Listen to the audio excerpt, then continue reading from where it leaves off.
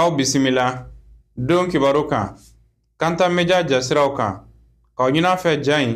a k'a cari kosɛbɛ n'o de ka partager bi ye ntɛnɛn ye juillet kalo 21 san 2025 ni y'a kunnafoniw waati selen ye bakuruba kunnafoniw na k'a ladɔnniya k'a fɔ jɛkulu min sigilen don malidenw ka bɛn ni keleya o bɛ se ka sabati cogo min na kunungo kari u ye jama lajɛrɛ kɛ CCB kɔnɔna na minisiri ɲɛma Abdoulaye Maiga ale tun ye kumala ka jamanakuntigi nɔrɔ bila segukaw fɛ yen u ka commissaire n'o ye Maimuna Maiga ye ka sanga ni a ka baara kura sɔrɔ ye a jɔyɔrɔ falen o kɛra o sira fɛ sa segukaw u ye bonya ni karama ka taga ni musoba in sɛgɛrɛ n'o ye ka commissaire ye kunnafoniw bɛna ɲɛfɔli kɛ Madame Traoré ɲuman danbɛlɛ nin ye an balaka ye min ni a ye baarabaw kɛ o tɛmɛnen kɔfɛ a y'a ɲɛsin sɛ baara ma kunnafoniw bɛna ɲɛfɔli kɛ a ka sɛ baaraw kan an bɛ taa segukaw fɛ hali bi k'a ladɔnniya k'a fɔ yuruguyurugu o bɛ se ka kɛlɛ cogo min na wa kunnafoni di a kɛra segukaw fɛ kunnafoniw bɛna ɲɛfɔli kɛ a la ninnu ye kunnafoniw ye minnu bɛna lase aw balimakɛ Abdoulaye Kanta fɛ Kanta media jasiraw kan. Agence Dunia Travers Service ako abi bonyamasegi foli kɛ ka ɲɛsin a ka sango hiji denw ma aw minnu ye danaya ta ka da kan aw ka hiji labɛn ni a kɛcogo ɲuman na n'an taara hɛrɛ la ka segi hɛrɛ la dumuniw ka ɲi bɛrɛbɛrɛli ka ɲi n'an mago bɛ diɲɛ fɛn fɛn na u b'a bɛɛ lajɛlen k'an ye donc an b'u fo k'u barikada directeur min tun b'a nɔfɛ n'o ye Amadou Maiga ye a jɔra a jɔyɔrɔ la ɲɛmɔgɔya ko fɛn fɛn a jɔra a jɔyɔrɔ la ka nisɔndiya mɔgɔw la ka mɔgɔw bɛrɛbɛrɛ ka koto mɔgɔw t'a la mɔgɔw tɛ min dɔn k'a ɲɛ yira mɔgɔw la an y'o baara de sɔrɔ duniya la kumu kelen kɔnɔ a ko ka aw bɛɛ lajɛlen ladɔnniya silamɛ minnu bɛ Mali kɔnɔ ani minnu sigiyɔrɔ bɛnnen don diɲɛ jamana wɛrɛw ma k'a fɔ san wɛrɛ o hiji ni o umura o baaraw labɛnw daminɛna ka ban o tumana aw minnu b'a fɛ ka hiji kɛ damu lakana ni basigi kɔnɔ Agence Dunia a kɛmɛ ko fɛɛrɛ bɛɛ lajɛlen tigɛ ka hiji kɛcogo ɲuman kalanw bɛɛ lajɛlen labɛn ka bila aw ɲɛ min ye k'a dɔn siyɔrɔ ni damu ye ka surunya aw ka bato kɛ yɔrɔw la dumuni lak'i ka sanuma o bi tobi ka bila aw ka bolo ka saga n'a ka waati bɛɛ lajɛlen la dɔgɔtɔrɔ jolenw olu bɛ aw nɔfɛ hiji kɛ yɔrɔ ani bato kɛ yɔrɔ wɛrɛw bɛɛ lajɛlen la yɔrɔ bɛɛ ani waati bɛɛ baw bolo kuma dɔ o ka wusa ne de sen ka di ye Agence Dunia Travel Service jɛɲɔgɔn kelen min bɛ aw ka hiji ni aw ka humura kɛ k'a ɲɛ ale de do o fana ni aw bɛɛ kunnafoni wɛrɛ ɲini a ye weleli kɛ 66 71 37 24 70 64 99 71 ni aw bɛɛ u ka yɔrɔ ɲini u filɛ ni hippodrome yɛrɛ la immeuble station Soma Yafula Kulukɔrɔ sira da la o fana min y'i k'a dɔn Agence Dunia Travel Service ye k'u bɛ dugawu kɛ hiji ni umura kɛcogo ɲuman a n'a musakaw ala k'a nɔgɔya silamɛ bɛɛ lajɛlen ye. Kunnafoni daminɛna an b'aw ladɔnniya k'a fɔ jɛkulu min sigilen don malidenw ka bɛn ni keleya cɛfɔ ni kanbɛn o bɛ se ka sabati cogo min na o jɛkulu in kunungo kari o tun bɛ CCB la ka taa kɔmasegin kɛ jamana ɲɛmɔgɔ ye jamanadenw ye minisiri Abdoulaye Maiga ale tun bɛ a kɛnɛ kan ye sira min sɔrɔla ka bɔ yen olu filɛ nin kɛnɛ in sigira walasa ka ɲɛfɔli kɛ mɔgɔw ye bɛn ni kelenya ani basigi sabatili gafe ko labɛn jɛkulu ye baara minnu kɛ jamanadenw hakilinataw ɲɛɲinini na bɛn ni kelenya sinsinni na jamana kɔnɔ a kɛnɛ ɲɛmaya tun bɛ ministre ɲɛma général de division Abdoulaye Maiga bolo an ka jamana camancɛ fanga kuntigi général d'armée Assimi Goïta tɔgɔ la a dabɔra kun kama n'o ye ka jamana basigi ani bɛn ni kelenya ko sabati an ka jamana kɔnɔ an bɛ dugawu kɛ ala ka se k'o sinsin an bɛ gafe mun kuma la n'a jateminɛ jamana fonctionnement na juridiquement norme mun bɛ yen jamana yɛrɛ sigilen bɛ mun kan o ye constitution ye nin gafe in valeur juridique ko tɛ valeur morale de don valeur morale o kɔrɔ mun bɛ a kɔnɔna la o ye an ka kɛwale ani an ka kuma fɔta mun bɛ se k'a to hali bi bɛn ni keleya o bɛ se ka sabati an ka jamana kɔnɔna la o de ye jamana ɲɛmɔgɔw ka hakilina ye o de kɛ baara caman kɛra mun b'a to an ka jamana musakaw o bɛ se ka k'an ta ye n'o ye code minier n'an ka jamana économie o bɛ se ka don ba la cogo min na mais je crois que o si tɛ se ka sira sɔrɔ tant que bɛn ani keleya ma se ka sabati an ka jamana kɔnɔ la donc o de ye nin gafe in nafa ye kosɛbɛ. Nin bɛna kɛ sababu ye ka hɛrɛ ni lafiya ani jamanadenw ka bɛnkan sɛbɛn labɛnni jɛkulu bila ka sɛbɛn in labɛn cogo ɲɛfɔ ani k'a jira jamana ɲɛmɔgɔw la. Mun bɛ a kɔnɔna la terrorisme nalen an ka jamana kɔnɔ a nana ni gɛlɛya wɛrɛ ye n'o ye ka se ka an ka jamana fan dɔ fɛ ka se ka siyaw kɔ don ɲɔgɔn na ma ka kan ka hakilina jigin kɛ k'a fɔ depuis Mali danna siyako kelen ma deli ka don an ka jamana kɔnɔna la ka ko bɛɛ bɛ yɛrɛ k'a fɔ mun nana ni terrorisme ye manipulation caman b'a la donc ka kan vraiment an ka bɔ manipulation kɔnɔna la donc gafe in ta ka kɔnɔna la waleya caman b'a kɔnɔna la ka ca Ala fɛ n'an y'an sinsin kan k'an bolo di ɲɔgɔn ma ka se ka o timɛ ka ca Ala fɛ n y'a fɔ cogo min na an bɛ bɔ nin dingɛ kɔnɔna la bɛn ni kelen an bɛ mun ɲini na a ka ca Ala fɛ o fana bɛ sabati. Hɛrɛ ni bɛn basigili lajɛba ko latigɛlen dɔ ye nin ye jamana camancɛ fanga kuntigi General d'Armée Assimi Goïta min baaraw bila sen kan walasa ka bɛn sabati cogo sariyaw bila sen kan min bɛna kɛ an ka jamana taabolow ye don n'a nataw la. An ye gafeba dɔ de bɔla n'a fɔ ko charte nationale pour la paix et la réconciliation Mali donc min Mali ka bɛn de kofɔ ko tɔɲɔgɔn tala de kofɔ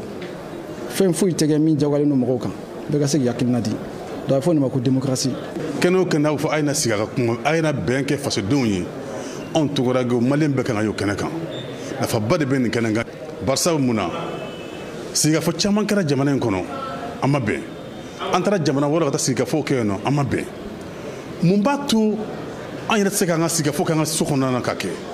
bamananw b'a fɔ ni fini nɔgɔra a bɛ ko du de kɔnɔ ni kogo pɛrɛnna basa bɛ don a fɛ an ka bɛn o de kosɔn ni sigikafɔ in vraiment a nana waati min na a nana na kuma na baara ɲumanba de kɛra pour que vraiment problème misɛnnin minnu bɛ an yɛrɛ damaw ni ɲɔgɔn cɛ an bɛ se k'u éviter cogo min na et en même temps mɔgɔ jugu fana bɛ don an cɛla cogo min na pour que ka kojugu kɛ jamana la o bɛ se ka ban cogoya min na ani an bɛ se ka yafa ɲɔgɔn ma cogo min na vraiment sigikafɔ ni kun y'o de ye an kɔni an nimisi wasara kosɛbɛ. Segu kaw fɛ yen u ka commissaire min bɛ yen ni a bɛ wele ko Maimuna Mayiga ka sanga ni a ka baara kura sɔrɔ ye a tun bɛ commissaire min na o jɔyɔrɔ o bilala a fɛ ani segukaw ka bɛn ani keleya kama segukaw u y'a bilasira ni ɲɛnajɛba ye ni tasibilaba ye ni foliba ye k'a lase nin commissaire muso in ma a ka ca la Mali kɔnɔna na ni ɲɔgɔnna man ca dɛ baarakɛla kɛlen ka taa fan wɛrɛ fɛ jamanadenw ka bɔ k'a fɔ k'u b'u ka bonyamasegin ka a ye o man ca nka a bɛ sɔrɔ maa kelen kelenw na minnu ye baarabaw kɛ u ka baaraw sen fɛ o de kumu kɔnɔna na segukaw nin don kɔfɔlen na n'o ye alamisadon olu kɔni bɔra k'u ka nisɔndiya k'u ka bonya ni karama k'a yira u ka nin commissaire muso in na n'o ye Maimuna Mayiga ye sera min sɔrɔla ka bɔ Segu olu filɛ nin ye. Tɔgɔ ye Mohamed Lamine Jabate sigiyɔrɔ bɛɛ bɛ Segu yan ma Segu yɔrɔ jumɛn don Kefɔlɔ lu premier quartier wolola ye ka mɔ fana ni lajɛrɛ in ye Segu ka remerciement ye Segu bolo ɲɔgɔn kelen tɛ bɛlɛ ta ani y'a mɛn ko ko labɛn i b'a sɔrɔ mɔgɔ de bɛ i yɛrɛ farikolo di o kɛra mɔgɔ damadɔ ye ne b'o la Mohamed Lamine Jabate b'o la ka fara karamɔgɔ Ture kan ni bɛɛ lajɛlen b'a wele ko Fredi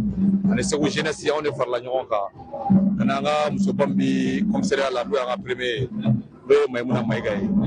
ale ye promotion sɔrɔ a kɛra contrôleur principal ye polisi la ka dɔ fara jala kan commissaire kun do premier arrondissement na Mayi ye a kɛ Segu de ye Segu de bɔra bi ka Mayi fo ka barikada kɛnɛ min ye ala barikada kɛnɛ ka Mali wale ɲuman dɔn maa min d'a ma ɲɔ barikada olu tɛ ala barikada Mayi y'a kɛ ka ɲɛ Segu ye a m'a kɛ ka ɲɛ o de ye nin kɛnɛ sigi Mayi ye c'est la toute première fois mɔgɔ kana Segu ya service mɔgɔ la ko Segu population bɔra ka kɛnɛ sigi o tɔgɔ la k'a fo ka barikada a tatɔ don yɔrɔ wɛrɛ ka o foli k'a ye nin y'a siɲɛ fɔlɔ o kɛra an ka musoba ye nin n'o ye Mayi ye Maimuna Mayiga ne tun y'an ka premier arrondissement commissaire vraiment a y'a kɛ ka ɲɛ Segu ye a m'a kɛ ka ɲɛ o de y'a to an ye nin kɛnɛ sigi a ye wale ɲuman dɔn kɛnɛ kɔnɔ u yɛrɛ y'a ye kɛnɛ kɔnɔ Segu maa ba bɛɛ tun bɛ kɛnɛ kɔnɔ yan gouverneur tun bɛ yan commandant tun bɛ yan polisi directeur wɛrɛw tun bɛ yan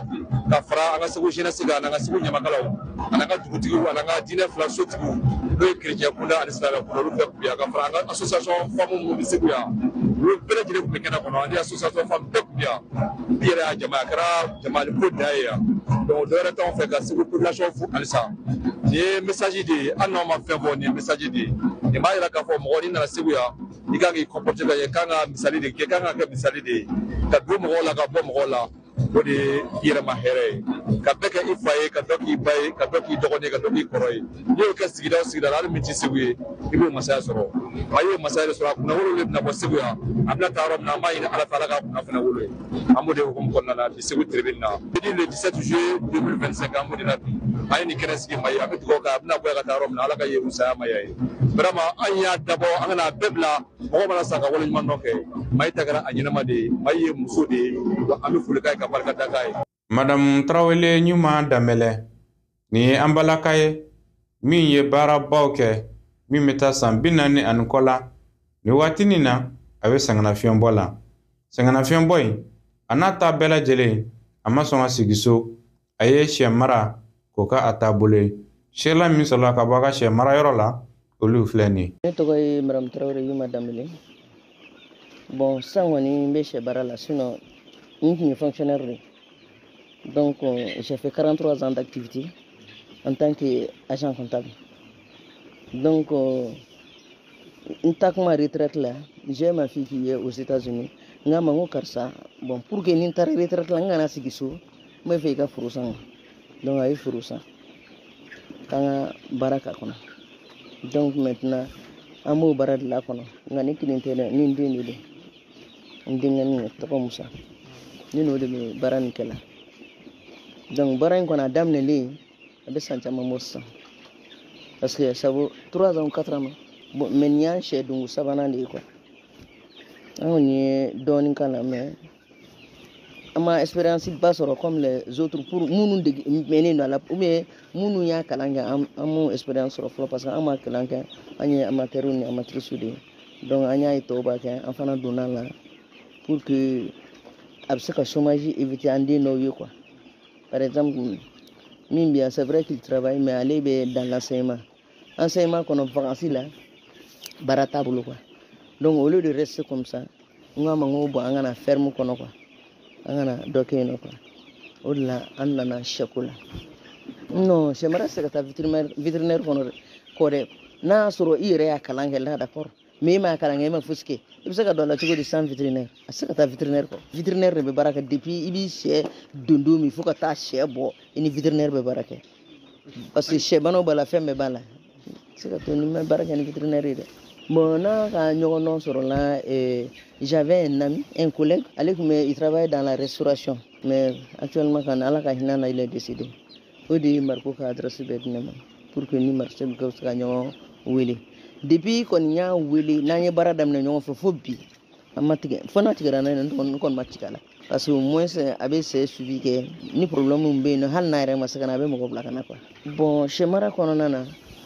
ni modèle problème be do na mo fo noto no konte Shemara dobe sorala. Bon, Shemara akan no ko makagela parce que ni barakala nyman tibolo Shemara la amano. Mais ni barakala nyman ko ni bibolo. Je crois que Tchata la musayata la bebseka ok. Ni barakala nyman bibolo parce que ni rebe association no la chaque fois que nantara anga réunion nuna ame ñogo écouter quoi. A qualité be ba kono. Do ba fo ni me ni donana mais ñenta be bla folo parce que mogo me ka baraka umay. Ou ala me kam go ka chefan chien ka ke fe ngono quoi dumuni kono donc qualité sugu bebe barakala nunna quoi o de anga problème no compte vraiment fait me sur chemarana a cause sigi so moi abeba là parce que mo ti do barala kite na fas ni na fate barameno o kunte donc na fa bi sora la mina o do ko samba na akoni ni do na fon fena na kadi yere ka ka fen sora la mais na mandi donc na fa bi do quoi. Parce qu'il faut que courage soit de casser là pour que chaque fois que ni problème d'obé que tu sois présent ou non contact la conni et puis d'asso qu'on a été atteindre na bode bon moi quand même bénévole ka laisser ben no kon ba ni be fait ni ande o chômage là ou ka ni ka double sera quoi parce que il se peut que n'ere ben avec l'âge on va ça do non. Mais ni tara domi o basro iko ni fena créer den idée donc nous kon ba ni mo fe be ka courage ta ka doké quoi pour que ayre mari rek avancer fanga baraké parce que on a remarqué que Maliens surtout les jeunes ils travaillent pas au te baraké donc o te daga de bébé ka dala ailleurs c'est pas comme ça et be ta Côte d'Ivoire tout près te daga ka dogo ene kuma tɛ dans les pays Europe ni kirikara ninnu kɔni ma donc bɛɛ ka courage sɔrɔ ka baara kɛ n'i bɛ fɛ jamana yɛrɛ ka taa ɲɛ fo mɔgɔ ka baara kɛ c'est pour que ne ta âge ko t'a la même quand j'étais en activité ne bɛ bɔ don min diplôme 3 de dira ne ma ni médaille dira ma ka fɛn ci wɛrɛ diya fɛn 3 de dira ma j'ai fait 43 ans d'activité et puis mɔgɔ Mali diɲɛ caman sɔrɔ min bɛ 43 ans d'activité kɛ a man ca dɛ mais je l'ai fait et puis en tant que comptable. Kunnafoni kɛra segukaw fɛ yen yasa yurugu o bɛ se ka kɛlɛ cogo min na ka bɔ Segu sira min sɔrɔla ka bɔ yen olu filɛ nin ye. Donc k'a ɲini o fɛ ni kunnafoni n'a ɲɔgɔnnaw u ka to ka na u k'an fɛ yan a bɛnna anw kɔni komini mɔgɔw ma a diyara anw ye an bɛ foli k'u ye k'a fɔ k'an b'u dɛmɛ a la fana. Ne ye Abdulaziz Sidibe ne ye Lucé ka point focal ye Segu yan ne ye comité de pratique en matière de lutte contre la corruption n'o président ye Segu yan. Nin y'a ta ko 9nan de a dogolen tɛ maa si la k'a fɔ ko diɲɛ seleke naani kɔnɔna na journée internationale de lutte contre la corruption bɛ yen o bɛ kɛ 9 décembre bon journée africaine de lutte contre la corruption o bɛ kɛ 11 juillet de o de ɲɛnamayali filɛ ka kɛ Segu yan bi sɔgɔmada in na direction régionale de la promotion de la femme kɔnɔna na walasa an ye baara minnu don a bɛ waati jan bɔ pour que an bɛ se k'an ka jamana autorités dɛmɛ cogo min yurugu kɛlɛli la an fana jɔyɔrɔ ye min ye an ka sigida la an ka marayɔrɔ n'o ye Segu yan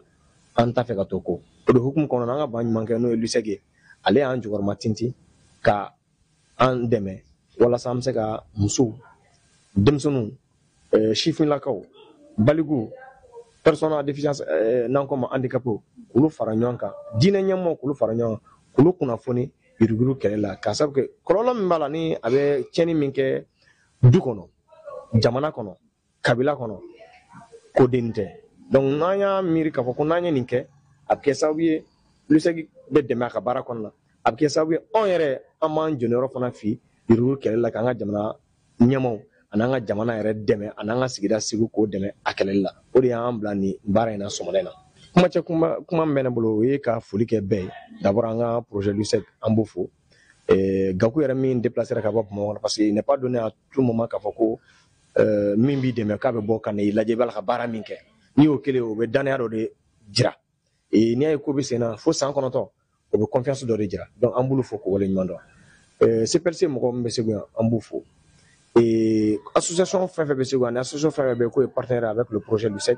an ka foli bɛ taa ninnu kɛ ka ɲɛsin bɛɛ ma an ka autorités fana an mana wuli k'an jɔ waati waati nin baara in na u b'an dɛmɛ an b'olu fo bi i yɛrɛ ye k'a fɔ ko san nana malgré que san nana jama bɔra so ka na kɛnɛ kɔnɔ ka na ko jaabi aw yɛrɛ kunnafonidilaw an b'aw fo ka sababu kɛ minnu tɛ san sɔrɔ juru kɔ n'aw tɛ a ko tɛ taa yɔrɔ si donc an b'aw fo ka waleɲuman k'a ɲini DNS fɛ k'u ka ko in kɛ sɛbɛko ye u k'a ta ba la ka sababu kɛ a bɛ tiɲɛni ni fɛn min ladon olu kunna ani musow kunna a t'o tiɲɛni ladon maa si kunna donc an b'u a ɲini u fɛ hali bi u k'u cɛsiri u k'u engagé u ka rester déterminé pour que nin kɛlɛ in a bɛ se ka continuer cogo min